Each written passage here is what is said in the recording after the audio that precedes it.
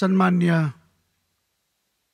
महाराष्ट्र के मुख्यमंत्री आदरणीय देवेंद्र जी फडणवीस, हमारे राज्य के वित्त मंत्री सुधीर जी मुनगंटीवार, निरंजन भाई रानंदानी, सुनील जी मंत्री, राजन बांदेलकर और यहाँ पर उपस्थित पूरे मुंबई और महाराष्ट्र के विजन को पूरा करने की क्षमता रखने वाले, जिससे सरकार को अपेक्षाएं, आपकी सरकार से अपेक्षाएं। और मैं मानता हूं कि अफोर्डेबल हाउसिंग के बारे में आज आप पूरे दिन चर्चा करने वाले हैं। निश्चित रूप से आपकी ये चर्चा हमारे अफोर्डेबल हाउसिंग के बारे में विजन को क्लियर करने में आपका बड़ा योगदान रहेगा, ऐसा निश्चित मैं मानता हूं। अब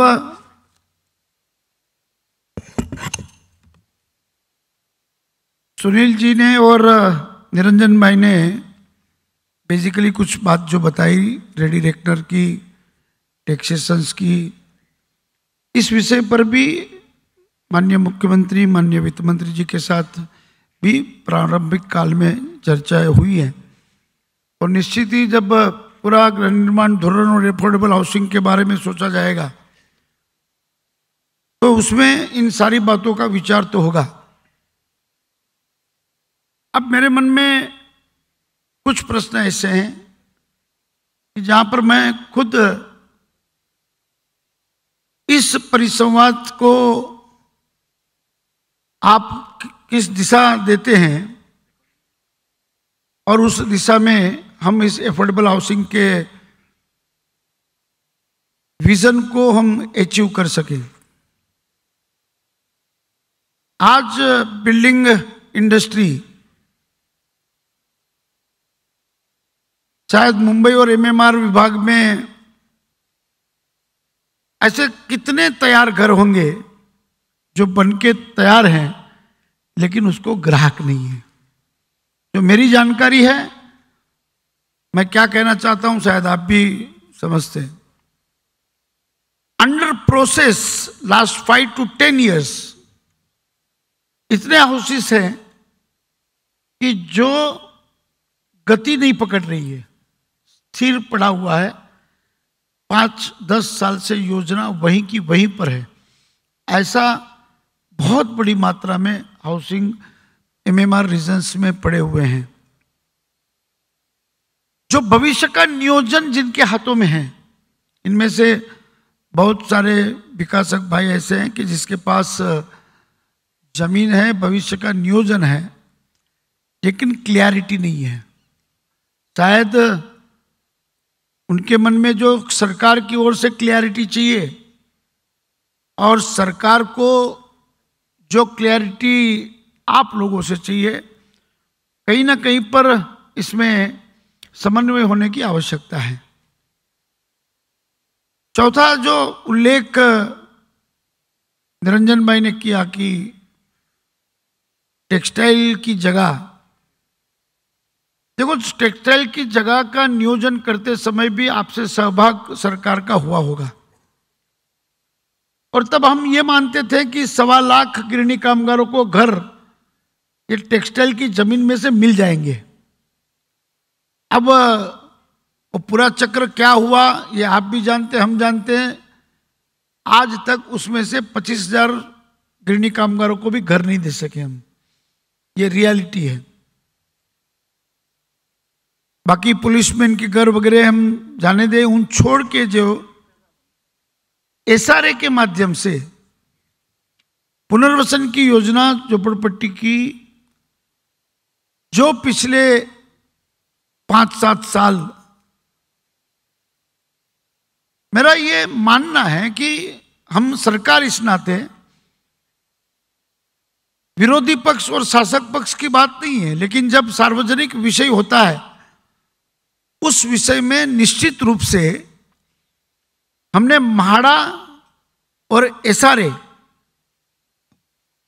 में जो कंफ्यूजन निर्माण किया 5 साल 7 साल तक, जिसके कारण आज बिल्डिंग इंडस्ट्री की बातें, ये अच्छा है कि आज इन्होंने पॉजिटिव बातें लेकर आगे के भविष्य के बारे में ही सोचने का हम लोगों को बताया, और सच नहीं बोल रहे थे। इसलिए मुझे थोड़ा सा, निरंजन भाई हम व्यक्तिगत मिलते हैं, सुनील जी मिलते हैं, वहाँ पांदेलकर जी मिलते हैं, जब व्यक्तिगत मिलते हैं तो अच्छी बात कभी नहीं करते, सारी बुरी बात बताते हैं। बुरी यानी कंफ्यूजन कहाँ पर है, किस कारण ये सारा विकास रुका हुआ है, ये बात कहीं ना कहीं पे खुले दिल से संवाद होने की आवश्यकता है।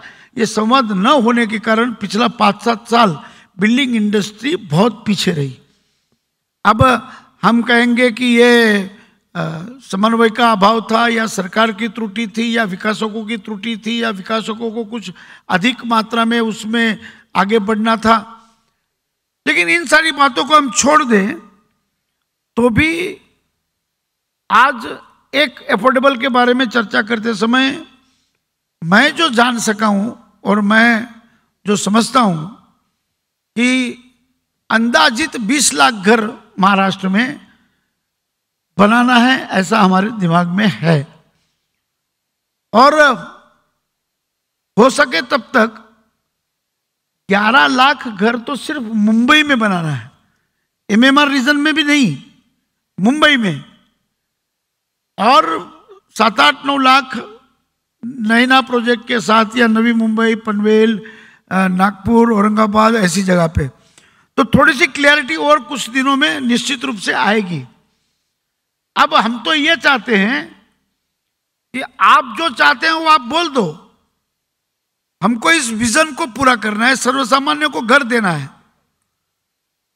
आप कॉम्पनसेट चाहते हो, इंडस्ट्री चलनी चाहिए, और इंडस्ट्री चलने के साथ साथ सरकार के विजन को भी पूर्ण करने का दायित्व आपका और हमारा मिलकर होगा।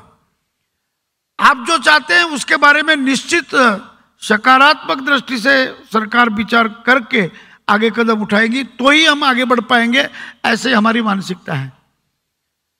लेकिन आपकी मानसिकता भी अफोर्डेबल हाउसिंग की कल्पना हमारे दिमाग में है। जब पूरी फॉर्मूला बन जाएगी, माननीय मुख्यमंत्री जी जब वो घोषित करेंगे, उस समय पर आपकी सकारात्मक भूमिका की हमें आवश्यकता है, उसकी मदद की आवश्यकता है। मैंने 33(7), 33(5), 33(9), 33(10) रेंटेड बिल्डिंग, टेनेंटेड नहीं, रेंट पर बनने वाले बिल्डिंग पर Dharavi, BDT, BIT, salt pan, old tenanted buildings, संक्रमण शिविर पूरे मुंबई के, माड़ा, एनडी जोन, और जो नैना प्रोजेक्ट एमएमआर विभाग में आता है, धारावी प्रोजेक्ट जो है, ये सबका विचार करते हुए 2-3 बातें इस हाउसिंग पॉलिसी बनाते समय जो मेरे मन में है वो सिर्फ हम शेयर करते हैं, फिर आगे बढ़ेंगे। रिपेयर बोर्ड जब से बना है तब से 19,000 बिल्डिंग को लेकर पॉलिटिकल चर्चाएं होती है हाउस में, और 30-40 साल की चर्चा के बाद 3,000 बिल्डिंग बने, और बाकी 15,000 बिल्डिंग उसी जगह पर, उसी स्थान पर है। फिर उसको 33(7) में दो, 2.5 दो, उसके प्लस 0.5 और दो। तो ये कहीं पर भी मिशन नहीं आता कि रिपेयर बोर्ड का कार्यकाल को पूरा किया जाए और ये शेष बिल्डिंग का काम मुंबई में से पूरा किया जाए। ये चैलेंज जितनी गवर्नमेंट की है, मैं समझता हूं ये चैलेंज विकासकों की भी है कि आप इसमें से एक बार उसको मुक्त करें। क्यों नहीं होता इस पे, इसके ऊपर चर्चा, परिसंवाद क्यों नहीं होता कि सरकार 40 साल से रिपेयर बोर्ड में पुराने घर को शेष लगाकर फिर सरकार भी खर्चा करती है और रिपेयर होते रहता है, और आपका उस मुद्दे के प्रति ध्यान कि आज 40 साल से हम 15,000 रिपेयर बोर्ड के बिल्डिंग के बारे में चर्चा करते रहते हैं। जो सबर्ब के लिए ठीक है, 1960-62 के बाद सबर्ब बढ़ा, लेकिन सबर भी आज 55-60 साल के ऊपर वहां के बांधकाम गए। एसआरए की दृष्टि से आज हमारे पास एक अच्छा माध्यम है कि जहां पर हम अधिक मात्रा में घर रिएप को भी दे सकते हैं और उसमें से सेलेबल भी उत्पन्न कर सकते हैं। और इसलिए मैं अधिक तो मैंने सारी माड़ा की लैंड, संक्रमण शिविर की लैंड, खार लैंड की लैंड, इस सारी जो जमीनें हैं, जो सरकार जो चाहे तो आपका सहयोग लेकर अपना खुद एक मिशन तैयार करके, अब एक बार बीच में विचार आया, हम कुछ शासन के सब मंत्रियों के साथ हम बैठे थे कि हम अपनी खुद की एक कंपनी जो है, ऐसी कंपनी, और जिसमें हमारा माड़ा, सिडको, एमएमआरडी, एमएसआरडीसी, एसआरए, इन सबके पास जो हमारे पास जो मुड़ी है, हम 500-500 करोड़ रुपया उसमें से डालकर फिर उस फंड के आधार पर अगर पूरी योजना एफोर्डेबल हाउसिंग की खड़ी करना चाहें। लेकिन हम चाहते हैं कि कहीं पर तो भी आज जो मार्केट है और आप जो एक व्यवसायिक दृष्टि से और पॉजिटिव और सकारात्मक भूमिका लेकर आप चलते हो, इसलिए आपके साथ मिलकर ये सारी जमीनों का उपयोग हम करें। लेकिन मैं मजाक पे किया, अब वो मेरी मजाक माननीय मुख्यमंत्री पूरा करेंगे। देखो भाई, मैं तो ऐसा सोचता हूं कि मेरा जो डिपार्टमेंट है और मेरा डिपार्टमेंट महाराष्ट्र की सारी चिंताएं दूर कर सकता है, ऐसा मैंने मुख्यमंत्री को कहा। तो बोला कैसे? मैंने कहा कि भाई ऐसा है कि यहाँ पे एक एक विकासक जो बैठे हैं उनमें से किसी की 10 साइट चल रही है, किसी की 20 चल रही है, किसी की 30 चल रही है, किसी की 40 चल रही है। हमने उनको कहना, एफएसआई बढ़ाने की बात करते हैं, 5 दे दो, 8 दे दो, ये दे दो, वो दे दो। हमने उनको कहना भैया तुम्हारी 50 साइड है, 25 है, आप हमको उसमें से अफोर्डेबल घर 1 स्क्वायर फीट का जो हम माप तैयार करेंगे हमको फ्री बना के दो। आपको जो एफएसआई उसमें लगेगी वो एफएसआई आपकी एफएसआई में काउंट नहीं करेंगे, वो हम फ्री काउंट करेंगे। फिर आपको रहा 2500 रुपये का कंस्ट्रक्शन कॉस्ट पकड़ लो आप।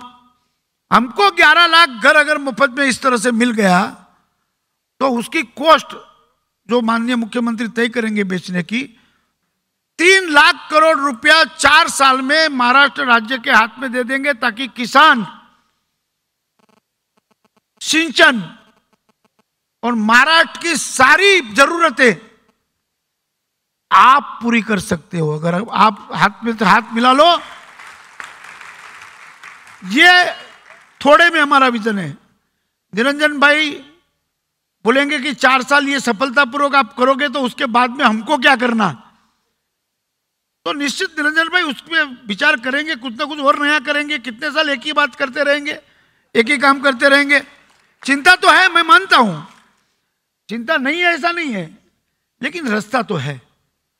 सोल्ट पेन की जगह है, नो डेवलपमेंट जोन की जगह है, ग्रीन जोन की जगह है।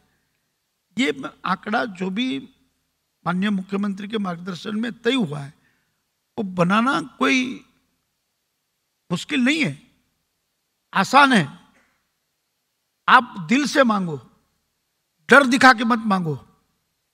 हम आपको दिल से देना चाहते हैं, लेकिन आप हमारा काम दिल से करवा दो।